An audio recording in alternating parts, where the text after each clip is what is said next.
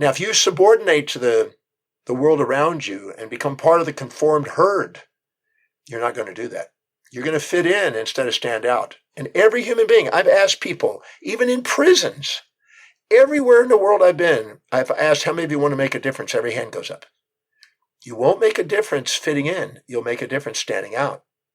You have to be willing to be walking your own individual, unborrowed visionary path, which is an expression of your own hierarchy of values.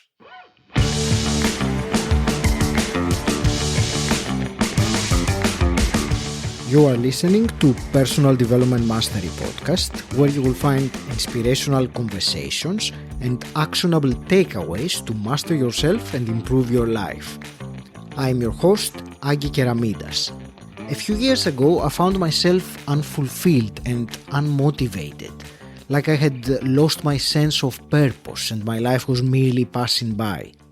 Since then, I've been on a continuous journey of personal development that has transformed every aspect of my life.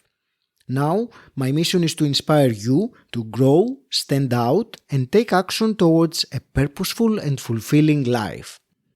In this podcast, I invite myself inside the minds of remarkable entrepreneurs, authors, thought leaders, spiritual teachers, people who share their journey, milestones, and learnings for you to be inspired to grow. In each episode, you will find actionable takeaways that you can implement right now. So make sure you follow the podcast to get them as soon as they are released. Today is a very special, celebratory episode 250. And I like saying that that's a quarter of the way to 1,000 episodes. And my guest today is Dr. John Demartini, the world-renowned specialist in human behavior and one of the featured experts in the film The Secret. He is an author, researcher, global educator, and a public speaker for nearly 50 years. In the field of personal development, he has created revolutionary techniques such as the Demartini Method and the Demartini Value Determination process. In our podcast conversation today, we focused on mastery. Mind mastery, life mastery, personal development mastery. Let's dive right in. Dr. John Demartini, welcome back to Personal Development Mastery Podcast. Well, thank you for having me back. I've been looking forward to it. So have I. And in our previous podcast conversation, we discussed gratitude and the gratitude effect. And today we will speak about a different topic, which is, I believe, very appropriate and relevant with my podcast. And it's all about mastery that we will talk today. Self-mastery, mind mastery, personal mastery. And I will just make a brief comment here that I say that when I initially named my podcast, Personal Development Mastery, I inadvertently set the bar high for myself. I hadn't intended for that, but then I had to match to the name of it. So I'm grateful that it happened like that. So I would like to start by... Let's start with a definition. So I was looking at the dictionary in preparation, and it says mastery means a comprehensive knowledge or skill in a particular subject or activity, and also the action of mastering that subject or skill. So let's start with this. How do you define mastery, self-mastery in particular? Well, I believe that definition is sufficient, but I don't want to limit it to just one subject.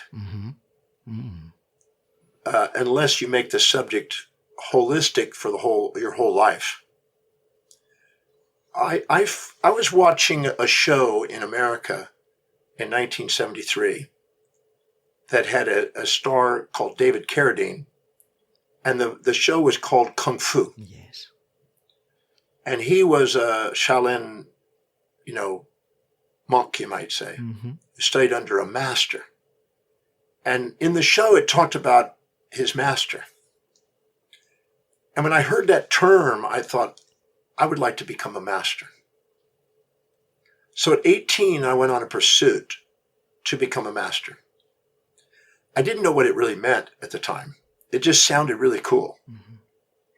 And I thought about this, this monk, kung fu specialist. I would like to have that type of skill, but I didn't want to limit it to martial arts. I wanted to do it in life. So I started going out and making a pursuit. I want to master my life. So I first asked, what exactly is my life? What is life? Because if I'm going to master life, what does that mean? And I decided to divide my life up into 7 areas. Mm-hmm. I wanted to master my mind and wake up my genius and make original contributions to the world with innovative ideas.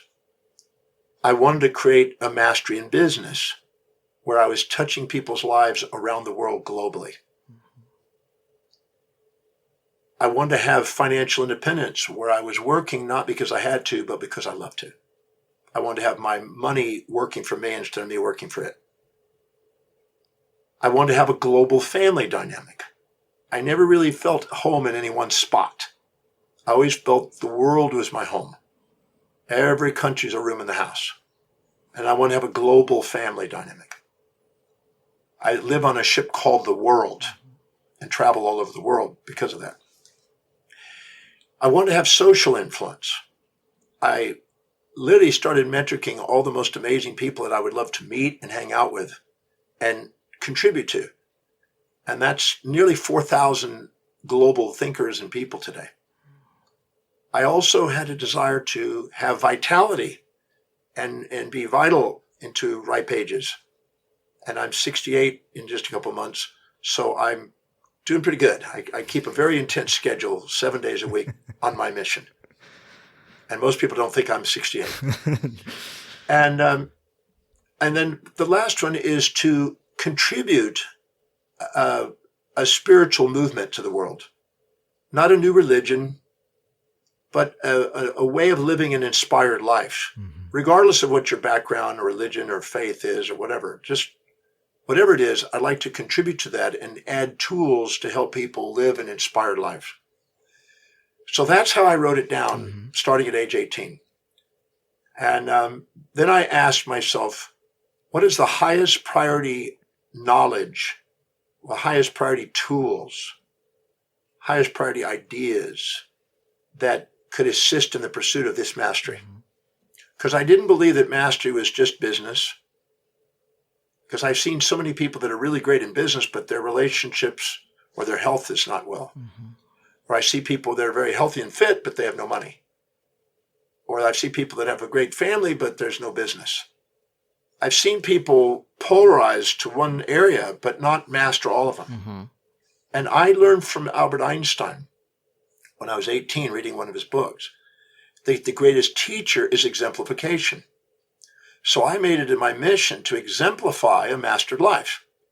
So I wanted to demonstrate the mastery in all those 7 areas. That was my own mission. Regardless of what anybody else thought, I wanted to be able to demonstrate that I'm doing that.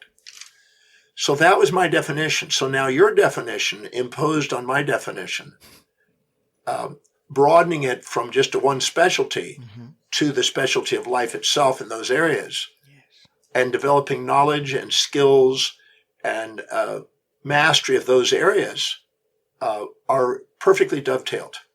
So your definition is a perfect definition to superimpose onto those areas. So that led me to study neurology, psychology, philosophy, theology, neuroscience, anything to do with the personal development. How do you master drive and sustainability? And so anything and any knowledge that would help me in those 7 areas that help it. Finance, economics, business development, family dynamics, social dynamics, health and fitness. I became a doctor in the health field just for the health area. And I studied theology, 3,000 religions and philosophies for that, and studied philosophy and studied neuroscience. I mean, I devoured everything I could get, 30,680 something books now, in every one of those areas to try to help me develop that skills and exemplify those mastery. So I define mastery as based on whatever that individual believes in the way they define mastery. I just happen to define it with all those 7 areas, but whatever is mastery to an individual is sufficient. They may want to raise an amazing family. And if they master that skill and that's their pursuit, they're mastered. But I include all 7. That doesn't mean anybody else has to, but for me, that was my definition. But I want everybody to know that whatever their heart and their real, true, authentic pursuit is, that's really valuable to them, the mastery of that is mastery and fulfilling. And I believe that everybody deserves to have their definition fulfilled. Thank you for this explanation and how you talked about life mastery and the 7 areas that, and personally I believe that you demonstrate mastery in all of those areas as far as I can tell. I would still like to focus on one of these areas, especially the mind mastery. I don't know if you would agree with me or not. Somehow I feel like it is a prerequisite in some ways for attaining mastery in some of the other areas. So it kind of is more important, if I can say that.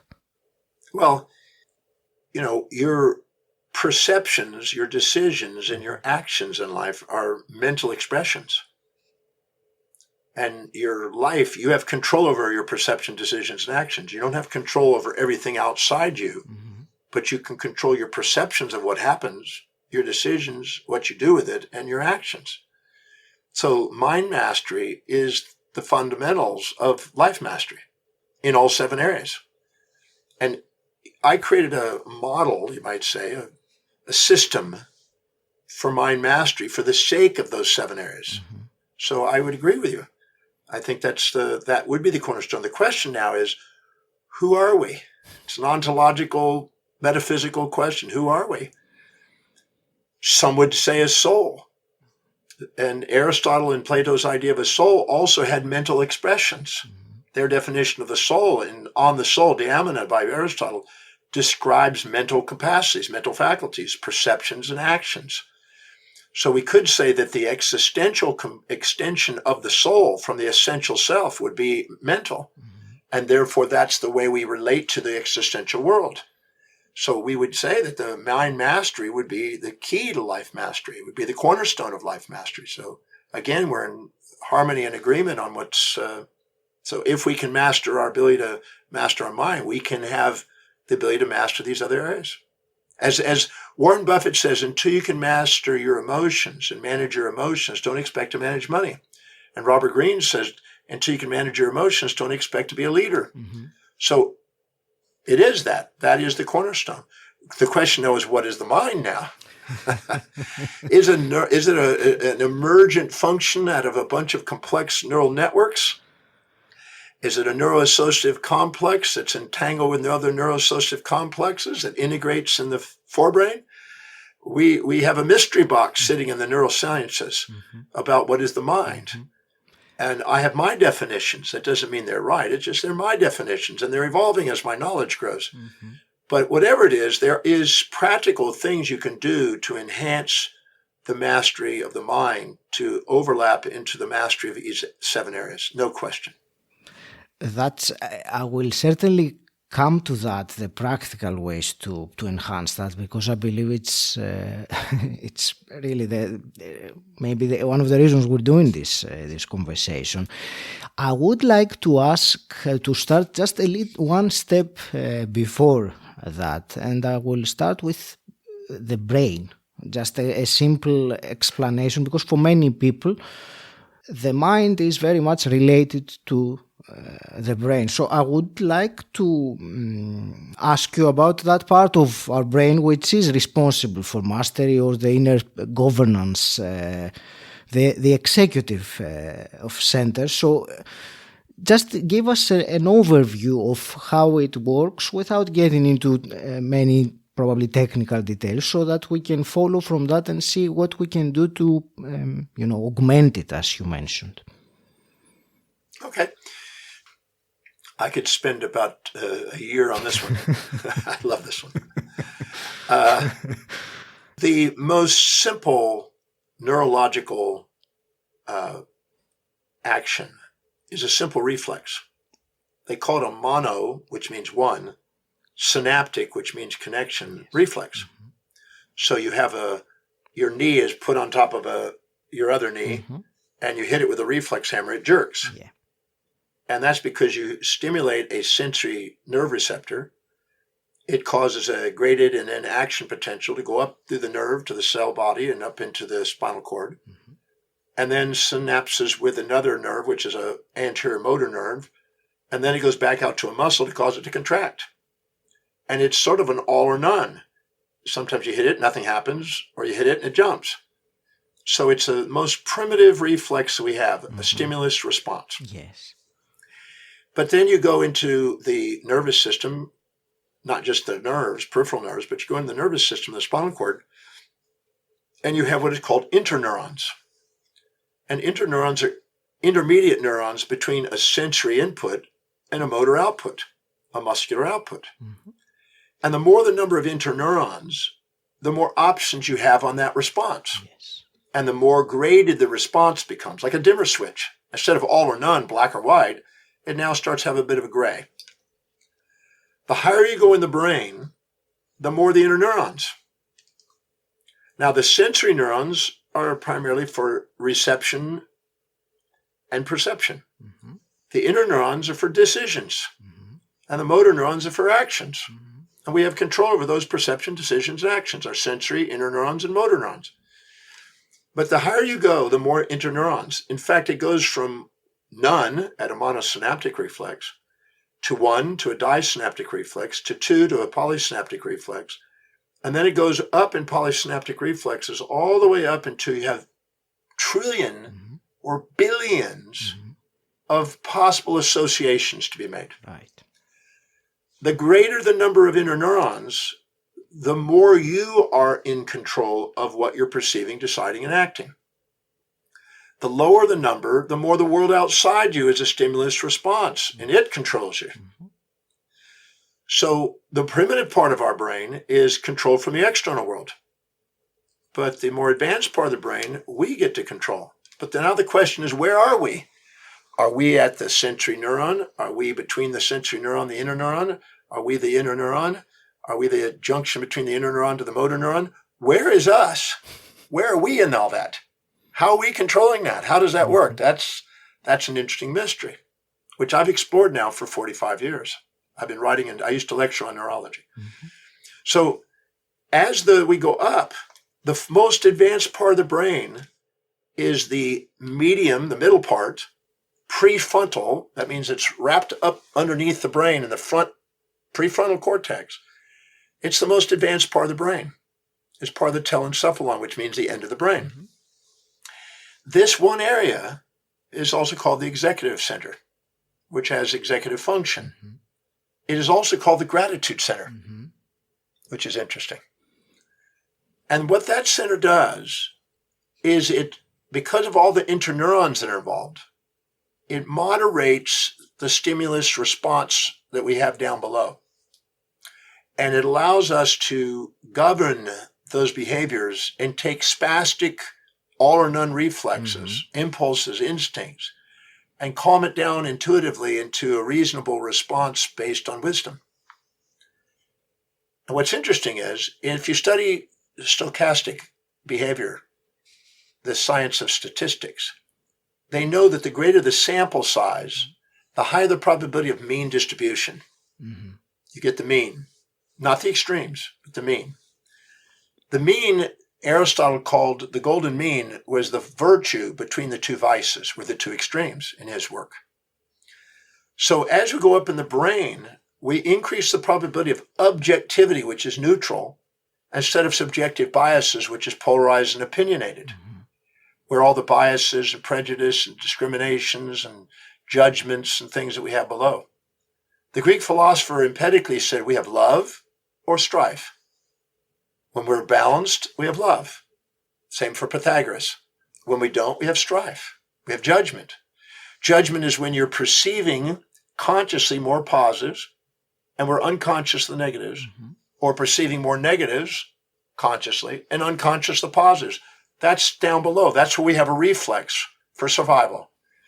But the executive center sees both sides. Wilhelm Wundt in 1895 said there's simultaneous contrast of perception and sequential. We have sequential, we have emotional reactions, and the world around us runs us. We have simultaneous, we're poised and present, and we see things gracefully. And we have graceful movements. Our agonist and antagonist motor responses are graceful instead of jerked and quick reactions. So the executive center is involved in inspired vision, strategic planning to mitigate risks, executive action, and self-governance. And the self-governance is the nerve areas from that area send nerve fibers down into the amygdala, which is the emotional reacting centers.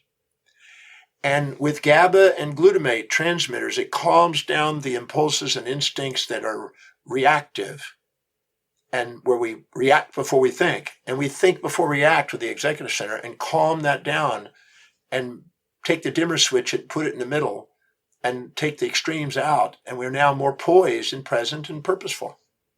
And that's the beauty of the executive center. It is bringing us self-governance. So every time we perceive something that has a positive without a negative or a negative without a positive, the amygdala comes on, the subcortical area of the amygdala comes on, and we react because we're there for survival. But every time we balance our perceptions and ask quality questions and make us conscious of the unconscious and become fully conscious and see both sides, the executive center comes on and we become poised and present. And we have grace and gratitude, and we feel love for life.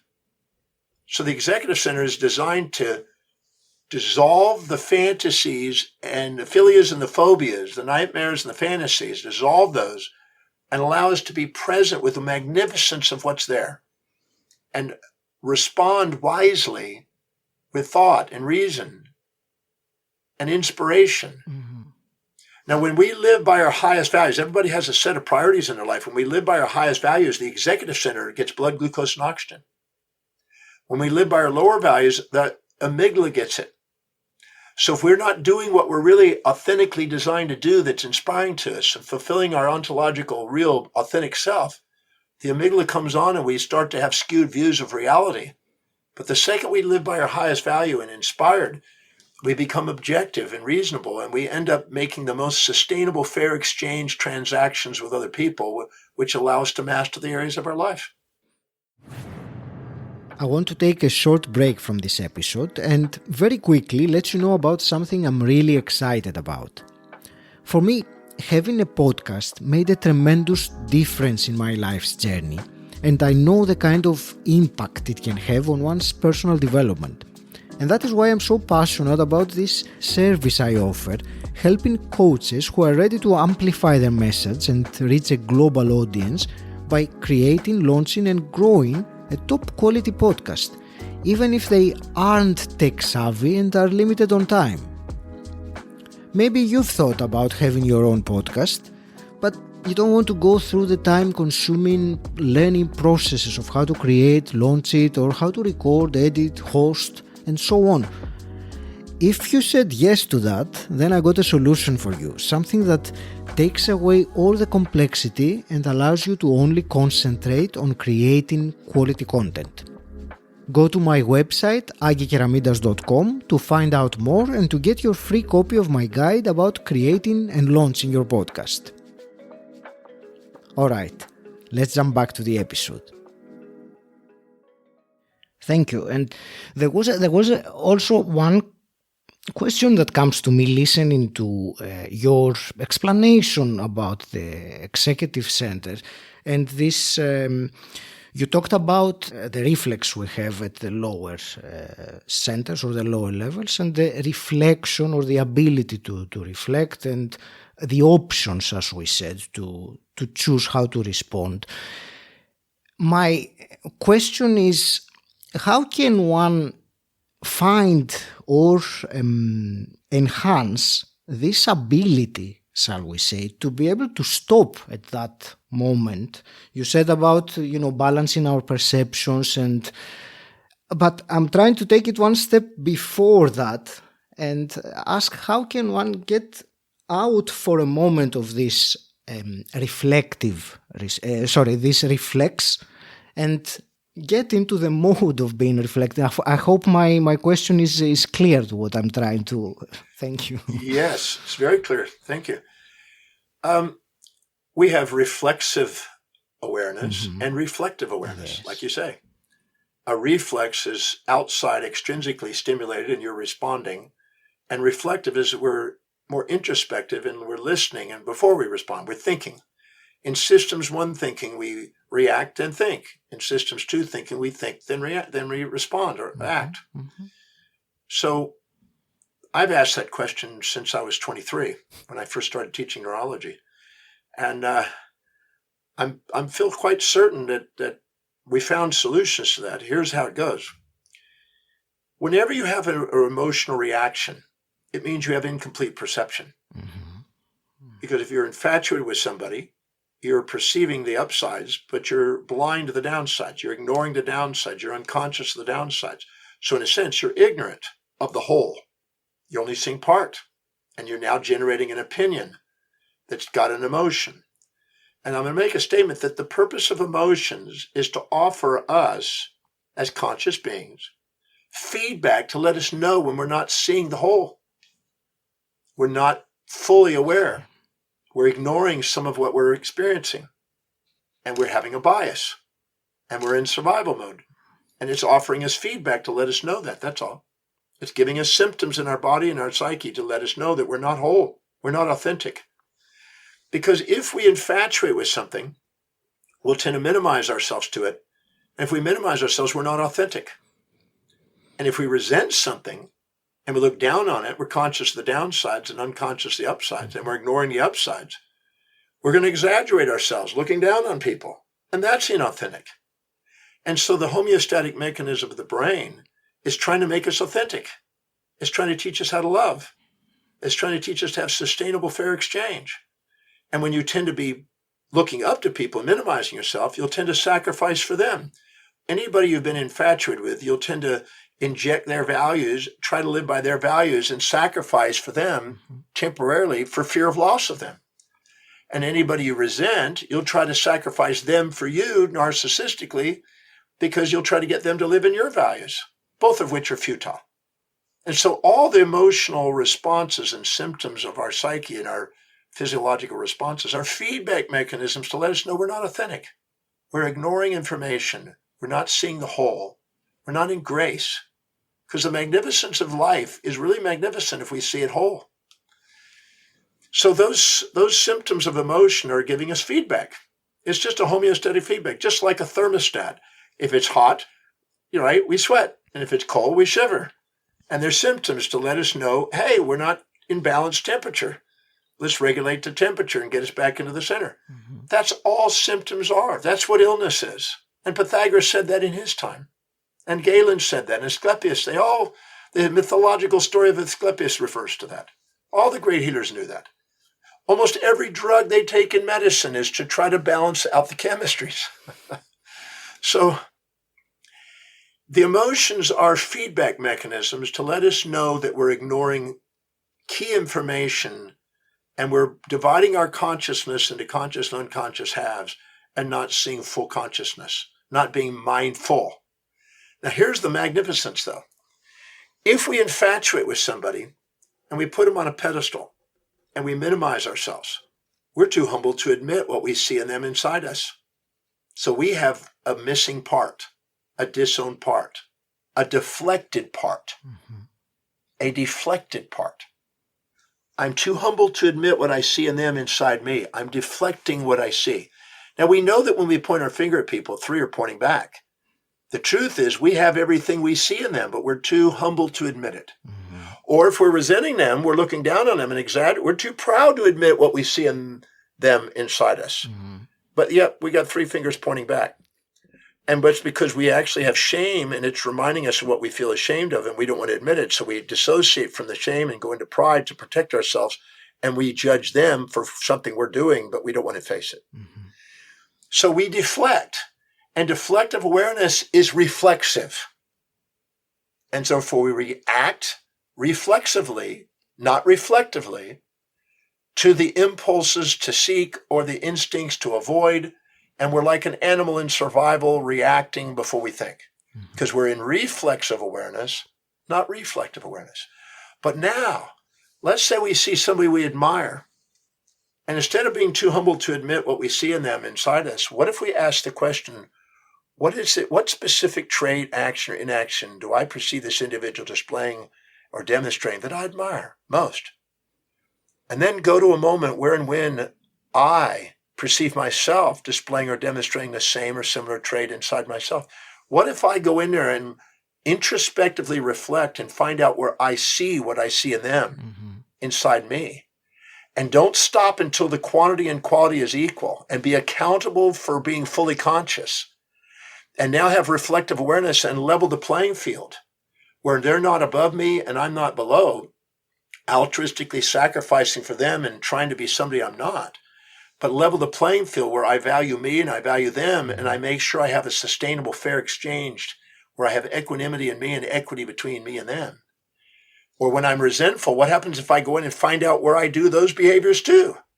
And truly reflect and realize that they have brought into my life to teach me to love all parts of myself and not deny any of them, because at the level of my soul, nothing's missing in me. But at the level of my senses, things appear to be missing in me. And the things that appear to be missing in me are all the things that I'm too proud or too humble to admit that I have. And in that moment, we have pure reflective awareness. And that's exactly when we balance that, the blood glucose and oxygen activates the executive center, and our body is poised and present and gracefully has a balance between the agonist and antagonist, and we have movement that's graceful. Graceful movement is a sign of graceful mind. It's really quite beautiful. So our body gives us feedback to try to live a reflective awareness. And, when people think they have love for somebody, they confuse a passionate infatuation that's blind, where two people are passionately infatuated and they want to go and procreate and have a sexual passion, instead of that of true love and intimacy. True love and intimacy is where you realize you have pure reflective awareness, where whatever you see in them, you have in your own form, and nothing's missing in you and nothing's missing in them, and you both have fulfillment. And there's grace and tears of gratitude for reflecting and seeing that what I see in you, I see in me. The God within me and the God within you are meeting. And that is something that transcends the passions. The Stoics and Marcus Aurelius talked about the passions, and you could transcend them. It was called eudaimonia by Aristotle versus hedonistic pursuits. And wisdom is coming from that state of pure reflective awareness, not reflexes. Let's say then that and I'm going to ask you something specific that came to my mind listening to your explanation, that we realize ourselves being in such a state of a high emotional state, demonstrating that we're ignoring, as you said, some key information. We're not seeing the totality of the situation. Is there some maybe particular question or something that we can use at that time to move us quickly towards that reflective awareness? Well, people want immediate gratification on mastery, and that's a contradiction. So, when you become wealthy, people that want to get rich quick usually don't. When you want to have a loving relationship, people that want to quickly get to the sex quick usually don't have a long-term relationship. So I'm not interested in immediate gratification. But the quality of your life is based on the quality of the questions you ask. Yes. Because questions help you become conscious of what's unconscious.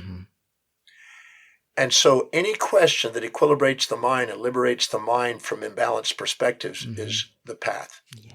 Because anything you infatuate or resent occupies space and time in mind and runs you as brain noise and as complexity instead of integration and simplicity. It's entropy. All emotions are entropic. Love is negentropic. So the questions that I've developed about 80 questions that can change people's lives. And one of the first questions when you meet somebody that you're judging, or judgment in yourself, relative to somebody, because you could exaggerate them and minimize you, or you can minimize them and exaggerate you. You could have pride and shame or infatuation, resentment. But I ask this question, what specific trait, that's a physical trait, action or inaction, something they do or don't do, what specific trait, action, inaction do you perceive? Because it's at the moment of perception that conscious and unconscious mind split. And it's at the moment of perception that they can be integrated and whole again.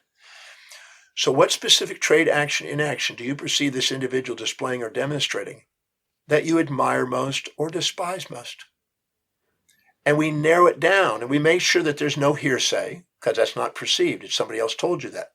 We make sure it's not broad, vague generalities and labels. Abusive, bad father, which is unspecified. It doesn't tell you what they're doing or not doing. Make sure it's not how you felt, because how you felt is your interpretation giving you a feeling, not their action. And it's not some transcendental state, because a transcendental state is not emotional. It's a synthesis of the emotions. So if I ask him what specific trait, action, or inaction do you perceive this individual displaying or demonstrating that you admire or despise most, and we narrow down what those are, these are the definitions of their judgments. I admire them because they have a skill of perseverance. I admire them because they are able to articulate. I admire them because they are praise me verbally. I admire them because they are know how to save and invest their money wisely. Whatever it may be, we write it down. Then the second question comes, because first we're looking at what are we judging, because it's our judgments that separate us, and it's our love that unites us. So then I ask, okay, go to a moment. You're now asking yourself, John, go to a moment where and when you perceive yourself displaying or demonstrating this same or similar specific trait, action, or inaction that you admire or despise most. And now you are accountable. And most people don't want to be accountable. They want to go, well, it's all reflection, man. But then when it's actually timed accountable, they don't want to do that because they want to hold on to their pride. And pride is an addiction of the amygdala. So I tell people, go to a moment where and when you perceive yourself displaying the same or similar specific trait, action, or inaction. And at first they can't see it because they're blind. I said, be accountable. Look, because you will not see things in other people unless you got it. That's the lesson. So and I've been doing this now for 6, 7 years now, 37 almost, hundreds of thousands of people. And I've not found a trait that can't be owned. I even went to the Oxford Dictionary and preempted it by going through every possible human trait a person could do and owned them all. 4,628 of them. I got them all. I'm nice, I'm mean, I'm kind, I'm cruel, I'm open, I'm closed, I'm honest, I'm dishonest, I'm peaceful, I'm warful, I'm all the above. Nothing's missing in me. I don't need to get rid of half of myself to love myself. I love all that. So I have them own that. And when the quantity of those traits and the quality of those traits are equal to the individual that they're judging, and I had two people, one Palestinian and one Israeli leader do this, and they had to own the traits of their opponent. And it was amazing watching the transformation between those two people as a result of it. So once they actually go through and own that trait, they level the playing field. They're no longer too proud or too humble to admit what they see in others inside them, and that's a big step forward in reflective awareness. The first step. Then the second step is the realization that the label they gave things was their artificial label. All events are neutral until somebody comes along with the subjective biases and labels it positive or negative. Because as John Milton says, you can make a heaven out of a hell or a hell out of a heaven. It's just your perceptions. And somebody else will see that same event as something terrific and you'll see it as terrible. And I've seen that. If you're about to have a wedding and it's raining, you're thinking that's terrible. It's an outdoor wedding. It's destroyed my wedding. But if you're a farmer, there's been a drought, he goes, thank God it's raining. So rain is neither good nor evil. It's just rain. And all the events in our life are what we decide to make them. We give meaning, as Albert Camus says, we give meaning to things based on our own interpretation of reality. So I go in there next and I ask, okay, go to a moment where and when I actually perceive the individual displaying or demonstrating this behavior, this trait, action, or inaction that I admire most or despise most. And I go and zoom in on that moment. I don't hold back a memory back there where I distorted. I go into the moment where I'm there. And I ask, where am I? And when am I? And I get present there. Because the moment I get present, I can integrate to conscious and unconscious, and it will pop up intuitively. Mm-hmm. The intuition is designed to reveal the unconscious to the conscious mind, to make you fully conscious. That's what the real intuition's about. It's an introspective state. It's an insight. It's an inner hearing. And the moment you go there and ask, now the question is, at that moment of the perception of this trait you admire, what's the downsides that you've been ignoring? Or what's the upside of the trait you despise that you've been ignoring? And you go in there and you make yourself accountable and to balance out until there's ups and downsides are perfectly level. The positives and negatives are equal. Mm-hmm. Because the magnet, even though you think you get a positive pole and negative pole, cut it in half, you get two magnets. You can never separate the two. So to label something one side without the other is futility. It's not true. It's just a bias. And most people live with 200 biases without even realizing it. So if you hold yourself accountable on the spot, what's the downside or what's the upside, and balance it out until it has neither side. It's just simply neutral. The word objectivity means neutrality. It's another term for it. So the moment you do, you now see it objectively. You don't see it with a subjective bias. You don't project your interpretation on it. 1,000 people might have a totally different interpretation. You now see both sides. You have reflective awareness, and you see both sides. And you don't have an impulse toward it. You don't have an instinct away from it. You're poised. You're poised and present. Once it's balanced, you realize, wow, this individual's in my life to teach me to love the parts that I've been disowning. I don't have anything except thankfulness for that. Now we go to the next step. We now go back to the moment where and when I perceived myself displaying or demonstrating that behavior, that trait, action, inaction, that I admired or despised most. That same behavior. And in that moment, I get present. And I look at who is influenced by that. Because if I was proud of it, I'm assuming that I initiated more benefits and drawbacks to somebody, and I'm blind to the downsides of what I did. Mm-hmm. And if I thought I was ashamed of it, I assumed that I initiated more negatives and positives to somebody, and I'm blind to the upsides. So now I go back and get accountable of where I've done it and look at what are the ups or downsides until those are balanced to the individual I did it to, or anybody who's a bystander perceiving it who might have been affected. And I make myself really accountable to clear my prides and shames, because my prides and shames aren't my authentic self. Mm-hmm. They're exaggerations and minimizations of me because of my judgments of me or other people. And what's interesting is, if I dissolve my own pride and shame, my resentment and infatuation with others goes away. It was never based on them. It was based on my stored unconscious baggage that I was storing, because I had this moral hypocrisy within myself that I was projecting. Now, the moment that's done, I go one step further. I go back to the moment of where and when I perceive them displaying or demonstrating the trait that I judged, that I thought was something I admired or despised. And in that moment, I look at who are they demonstrating it to? Is it me or somebody other than me? And if it was me, I then go to a moment where and when I perceive that same individual displaying or demonstrating the exact opposite trait to me. Mm-hmm. So if I thought they were verbally critical, I now find where were they verbally praising me? And I go and find out where they did the opposite trait until it balances the trait 50-50. And then I realize that they're a human being with a set of values. And if I do things to support their values, they praise me. If I do things that challenge values, they criticize me to keep me back in balance. And they're actually there in this magnificent dynamic helping me become authentic. And I had labeled them because of my wound instead of loved them from my heart. And once I bring that into balance, I realize that they're not the label that I had. That was a false label that I gave them, which is all the biases and prejudices we stick with, the in-group, out-group biases. Then I go one step further.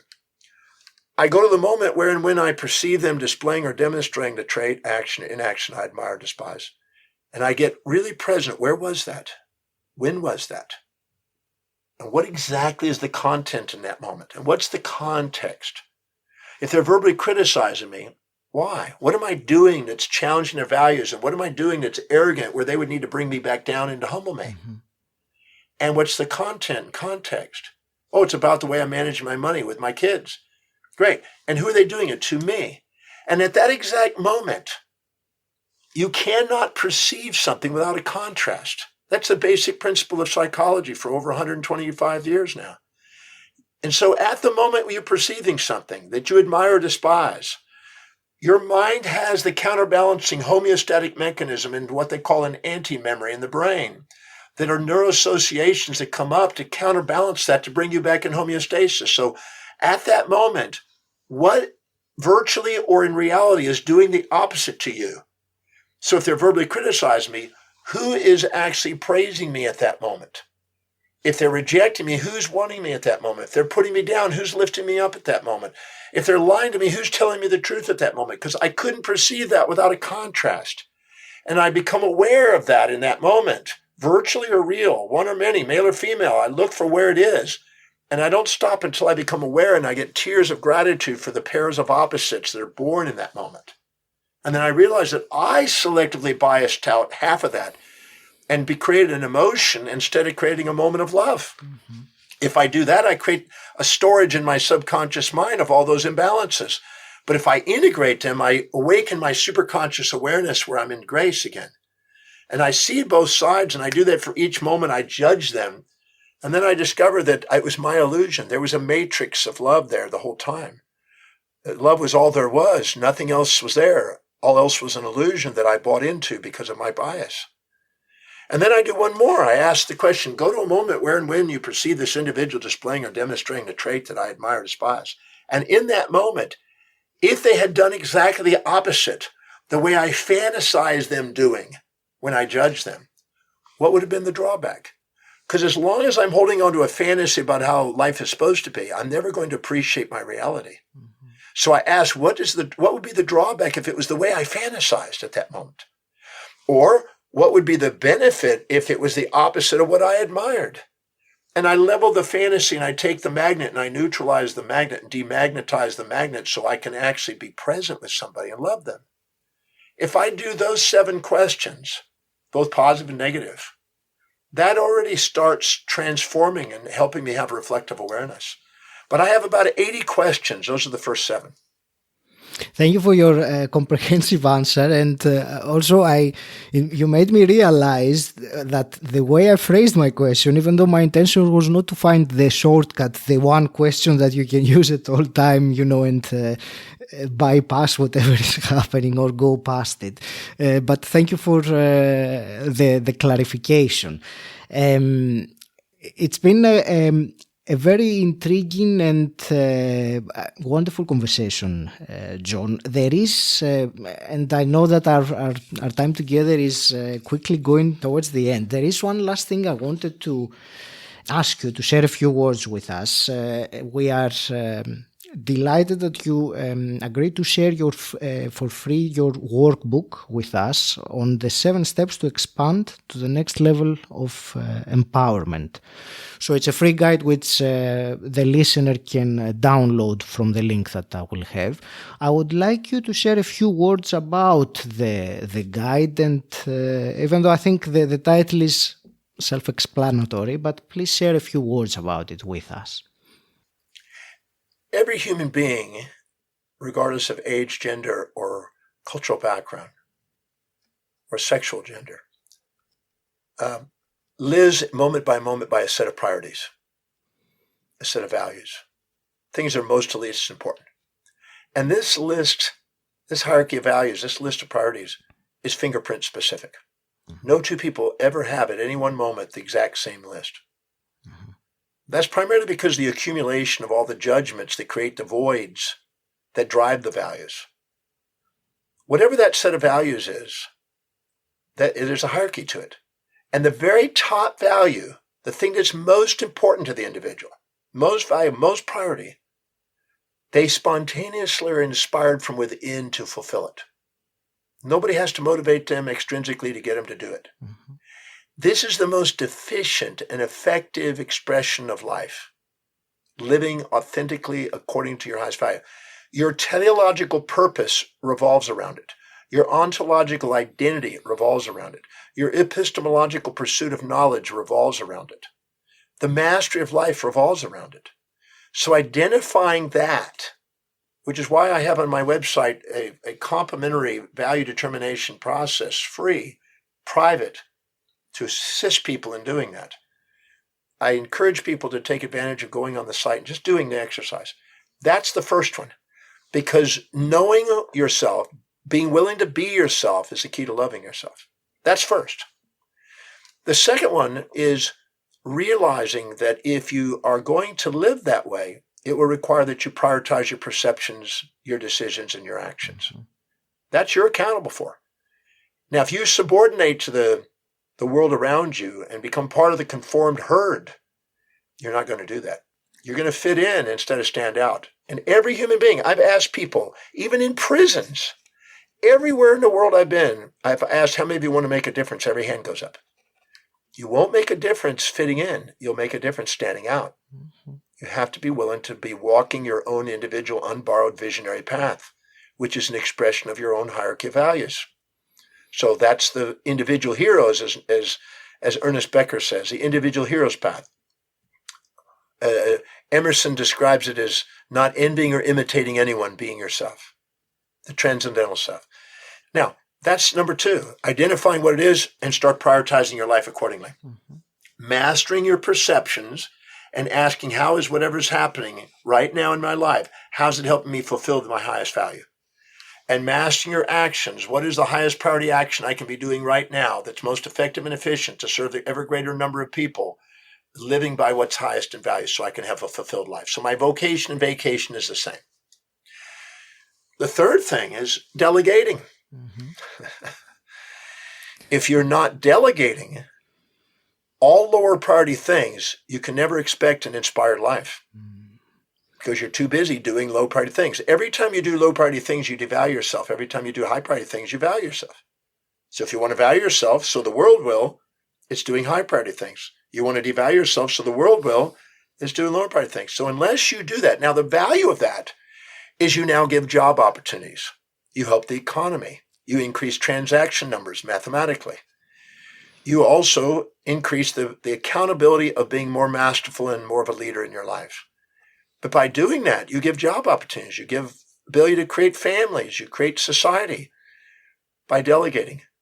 And by delegating, it also holds you accountable to then do the fourth one. And that is serve people in sustainable, fair exchange manners, so you can be remunerated and compensated truly fairly, so you have the income to keep paying people that you delegate. So you're serving people, and you're also being rewarded, and you're delegating and opening up the economy and helping society grow technologically as far as knowledge-wise too. Then you want to make sure that you sustainably, with fair exchange, pay the people you delegate, just like serve the people in fair exchange, pay the people in delegation fairly. And you also want to make sure you're grateful for your life by documenting and metricing what you are achieving and refining and asking yourself what's working and not working and being honest about that so you can refine and master your life and document the things you're grateful for in the learning process. These are some of the steps that unquestionably increase the power and mastery in your life. So the booklet is just a reminder of some really basic information to help you do it with some questions and some fill in the blanks to help you on your path. Thank you very much for this conversation and for all the wisdom you shared with us today, John. I want to wish you all the very best, continuing your mission of empowering and awakening people to who they truly are. Any last parting words? The magnificence of who you are, the true you, is more magnificent than any fantasy you'll ever impose on yourself. So don't live in the shadows of anyone, but stand on the shoulders of great individuals that are living exemplified lives. And go with reflective awareness and dig inside and find out where you have everything that you see in all great people. Nothing's missing in you. You maybe have compared yourself and expected yourself to be somebody you're not. And you'll only self-depreciate, and the purpose you self-depreciate is to get you back to who you are, because that doesn't work. But honor that and give yourself permission to shine, not shrink, and to radiate, not gravitate, and to contribute and not depend. And I assure you, you have what it takes to do something extraordinary, because you are already extraordinary, but you may not have awakened it yet.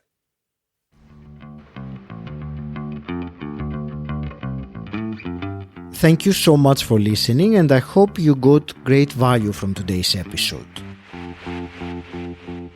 And if you'd be so kind, will you please share this episode with a friend who you think will benefit from listening? And until next time, stand out, don't fit in,